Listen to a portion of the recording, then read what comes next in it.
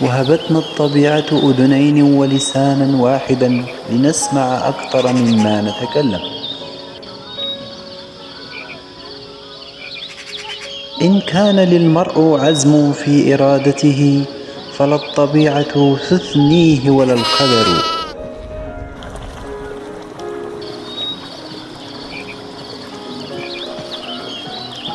إن الطبيعة لطيفة معنا لأنها تجعلنا نجد المعرفة حيثما أردنا وجوهنا في العالم. نعيش في عالم خطير، فالإنسان حكم الطبيعة قبل أن يتعلم كيف يحكم نفسه.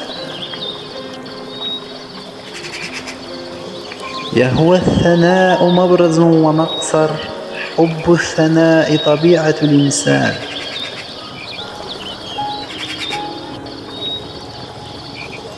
إن جميع المعجزات طبيعية، وإن الطبيعة كلها معجزة.